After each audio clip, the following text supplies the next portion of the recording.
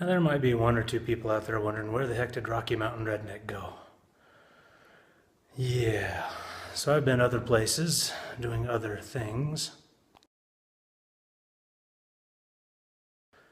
messing with other trucks in other places.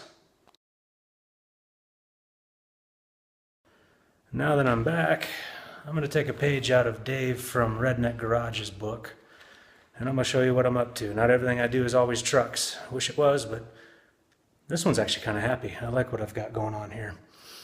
I'm going to take you for a tour of some of what I'm into now. So I'm going to show you, if you hadn't caught on, those of you that watch my channel, that yeah, wife and I were house sitting for my in-laws for the past couple of years, got us out of our condo, and gave us a place to live where we could reorganize debt and things like that and get positioned to buy a new house. Well, we have.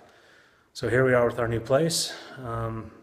And I've already started. I didn't give you the introduction looking down at the floor here. I've already gotten started with it. So I'll show you a little bit of what I've been up to today. Today's the first day of demolitions. And there's a lot to do. This place was built in '83. Wasn't changed since, but the owner, she took very good care of the place. It's in nice shape. Obviously, for something that's 30 some odd years old, there's squeaks and creaks and stuff like that, and that's kind of what I've been up to today. So here we are at the front door. You peek into the dining room and you notice you got that whole mirrored wall. That's coming down today, tomorrow. I'm not sure which, because today I've been ripping out the carpet in the living room. And if you can tell, I've been dumping a whole lot of screws into the floor. Because this whole walkway here, well, it's better than it was, but it was squeaky, squeaky, squeaky. There's some water damage here, I'm sure.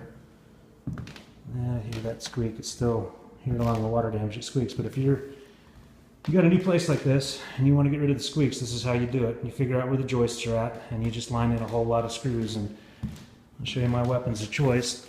In this construction, you have this underlayment that's a particle board, and it's on top of the plywood, both of which are about 3/4 of an inch thick. So 2-inch deck screws to get into the joists. You can see I run them all along there. But in the middle, where I'm trying to tighten up some of the squeaks, go for these 1.25 inches. Because in theory, you don't drive them hard enough, it'll help tighten up the underlayment to the plywood, and it won't poke out the bottom side.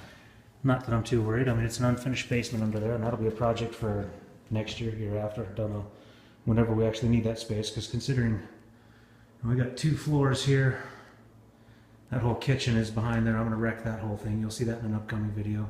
Seal off that entrance, wreck that entire wall, and make a U-shaped kitchen that's way better than, oh, I'll take you to it, the galley that's in here. So it's a tight little kitchen, but we blow out that wall, seal up this right here, and you'll end up with a U-shaped kitchen in here that's way more functional, opens up towards the dining room. Yeah, you can hear that. As I walk through here, you hear the squeaks. Yeah, I haven't torn this out yet. I'll tear this out. When my kids are with me, I'll lock them back there in what's going to be my study. And you hear all them squeaks. So right now they got other toys. They went with my sister. They're going to go hang out with her for the afternoon. This place is old enough. It's got these awesome little... I'll be ripping all these out and burying the low voltage wires in the wall. But yeah, all the switches, all the electrical outlets, all that I'm going to have to do. We got us a little barbecue patio back here, which is pretty cool. This is the entrance to the garage, and here's the fun part about the garage for me. I don't have it all the way in, but Suburban does in fact fit. But you look up there, I've got 1 inch in between the roof rack and the actual door jamb of the garage door, so that means I can't lift this truck anymore without having to, and I could, I don't know if that light's showing, there you go, a little bit better, you can see. I could pull that garage door up another foot and probably put some steel in there and fix that sag back there, but I don't know what the HOA will say about that. But big garage for a townhome. Big enough that we'll be able to put my Suburban, my wife's Pilot in here. You can see here's the wreckage of what I've been doing this morning, all the carpet and carpet padding and crap I'm pulling out, so I'll eventually get back here, but when the kids are with me, I'll let them play back here and keep them away from where things are sharp and dangerous. But you know, all kinds of new flooring, wreck up that kitchen, get that done, rebuild that whole fireplace. I don't know if you're seeing that too well with the light of the windows there, but yeah, that faux marble stuff, that's gone. I'm gonna take care of that. I'll drop the entire hearth down to floor level, and then probably tile up this wall up to window height, and then over and then down, so that whole face will be the same tile that we'll be putting on the floor in here. Build a bigger mantle, put a box in there for my mount for a flat screen TV to go right there, because I gotta have somewhere to watch TV, right? I tore out the tile that was in here. It was a really ugly 80s style tile, so I'll put a nice wooden lintel piece there, or both sides. Took that out. But yeah, this pale pink color, we got 10 gallons of primer on order. I gotta go get a spray gun too. But huge vaulted ceilings up in here. I gotta wall that up. That's the master bedroom up there, and those weirdo, I don't know why they did that. Someone thought that was cool, Miami Vice style, I don't know, but those, I'm gonna wall that up too. So I guess I'll be getting some scaffolding to get that done. And these balusters do not engender confidence, so they're coming down, and I'm gonna wall up a hip wall going there, and where that baluster is up there. All the light fixtures. I'm gonna change all the light fixtures out in this place. So I got some work to do. This will be next 6 weeks of my life. I don't know how much I'll be able to touch my trucks in between now and getting this done. But the nice thing is, when this is done, this is a sweet place compared to what we've been into for our 6 years of marriage. This door is downstairs to the unfinished basement. Upstairs has 2 bedrooms for the kids, a huge laundry room, huge kids bathroom, master suite that I just showed you up above us. But got a powder room in here. Some other day I'll get to fixing all this, and that weirdo light fixture from the 80s, that's coming down too. But no, it's a sweet place. Just update the cabinetry and update the floor work, and we're looking forward to it. I'm probably going to ditch this door. It's redundant when you got this door and a sliding glass door. I'm going to put a set of French doors in there, wall this in all together.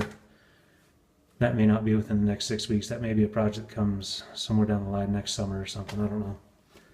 Get rid of a lot of these controls like this. And this goes to the old swamp cooler it was here. It's now got central air, so yeah, we'll leave the stove exactly where it is. Leave the sink where it is. Delete this pantry, so then countertop can come around here, and probably stock the countertop somewhere about shy of here.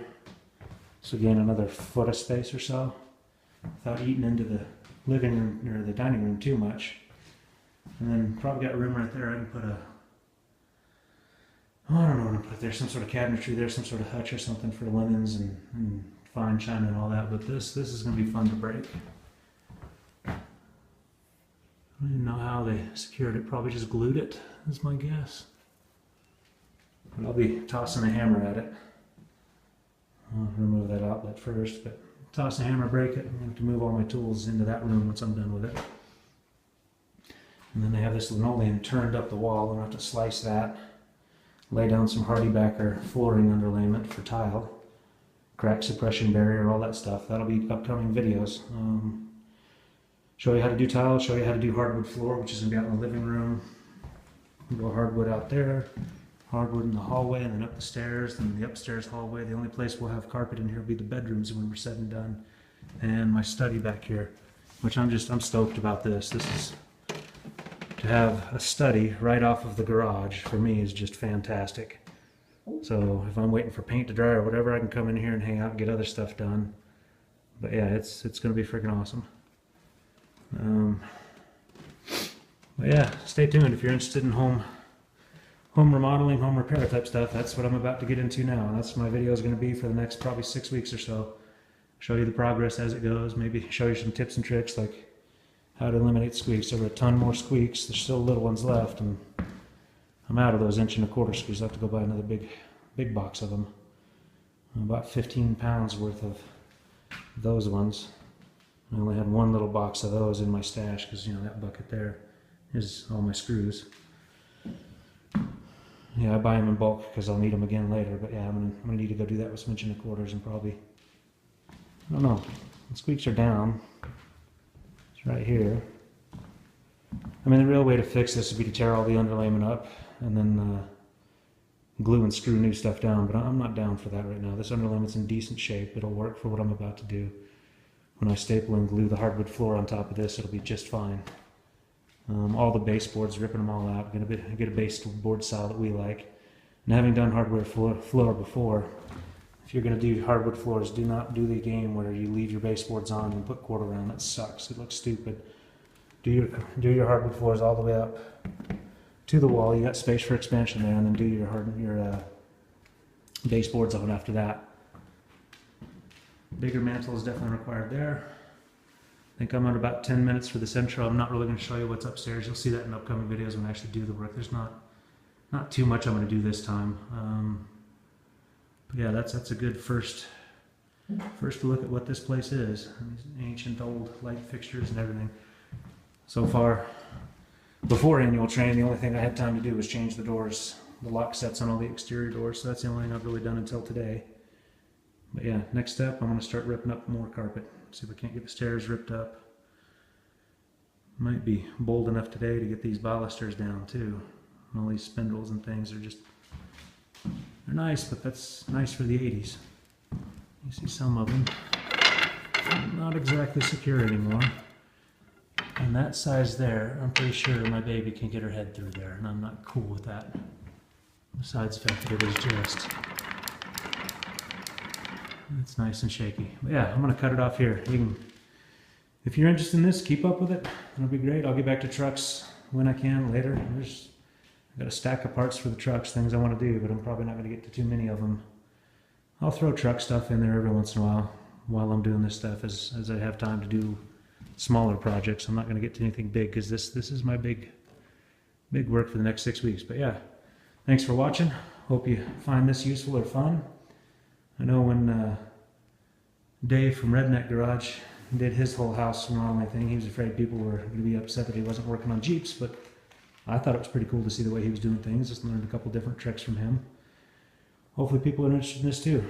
I don't know if I'm the only one that is interested in this, but that's kind of a redneck thing. How can you be a redneck if you haven't worked construction? And that's the way I made my money for a long time in life. But yeah, I'm going to get back to it. We'll catch you on the next one. Thanks for watching.